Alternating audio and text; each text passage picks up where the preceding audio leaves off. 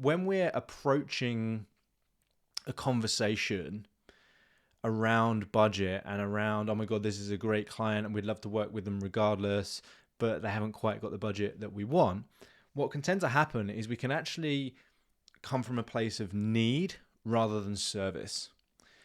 And they're two very different places. So often what happens is a client will come to us with a project and they'll already have a specific budget in their mind.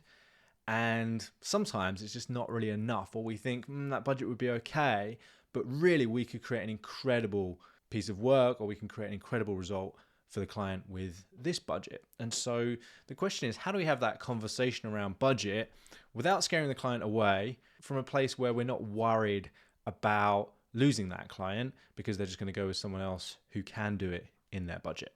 There's a little bit of a mindset shift that has to happen here, because when we're approaching a conversation around budget and around, oh my God, this is a great client and we'd love to work with them regardless, but they haven't quite got the budget that we want, what can tend to happen is we can actually come from a place of need rather than service.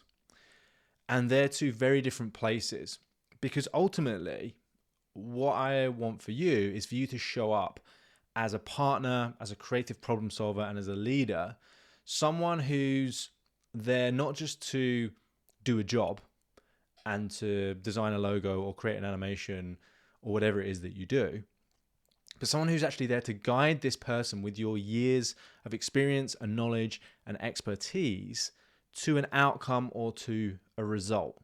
And so if we're going to do that, we have to think of ourselves more like doctors diagnosing a problem rather than service providers actually just giving someone what they want. Because if we were a doctor and we just gave somebody what they asked for, then that would be malpractice. In fact, prescription before diagnosis is malpractice. And so we need to make sure that when we're having these conversations, they're not just a conversation about the project and the budget, but they're actually a conversation about what is the client trying to get done? What is the problem that they have right now that they feel that you can potentially help them with, or that this project will help them with? And ultimately, where are they trying to get to?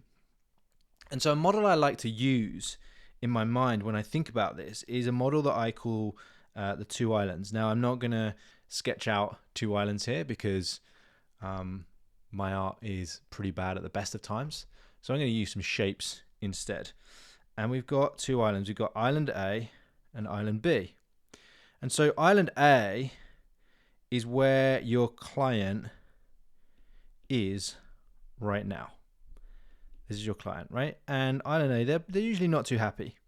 If they're coming to you with a particular thing that they're trying to solve, there's probably some frustrations and some pain points in their life and business right now that they're not too happy with. And so they're coming to you because they want to fix that.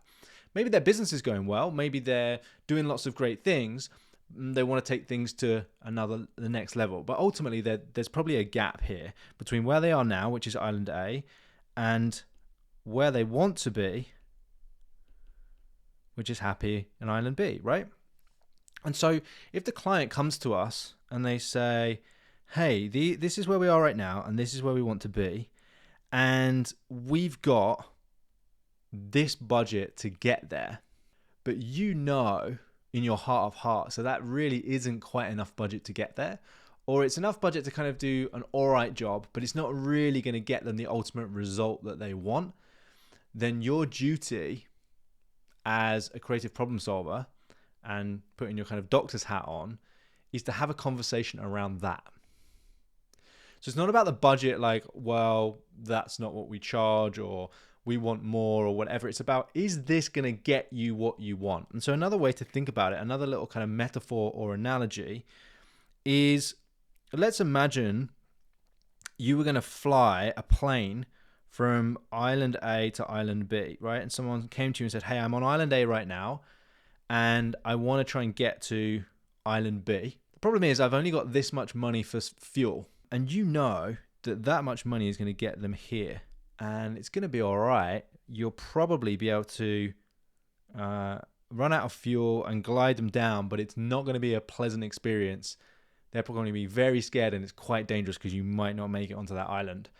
As a pilot, would you say, cool, yeah, I'm happy to take you and do that with that fuel? Or would you say, okay, that's great, I know you can only afford this much fuel, but really we need this much fuel to get to that island? If you're a good pilot with good morals, which I know you are, then you would say the latter, right? You would say, this is great, I know you want to get here, but right now that fuel or that amount of budget isn't going to get you there. So what I would suggest is that either there's two options. Option one is that we increase that budget so that we can get to island B.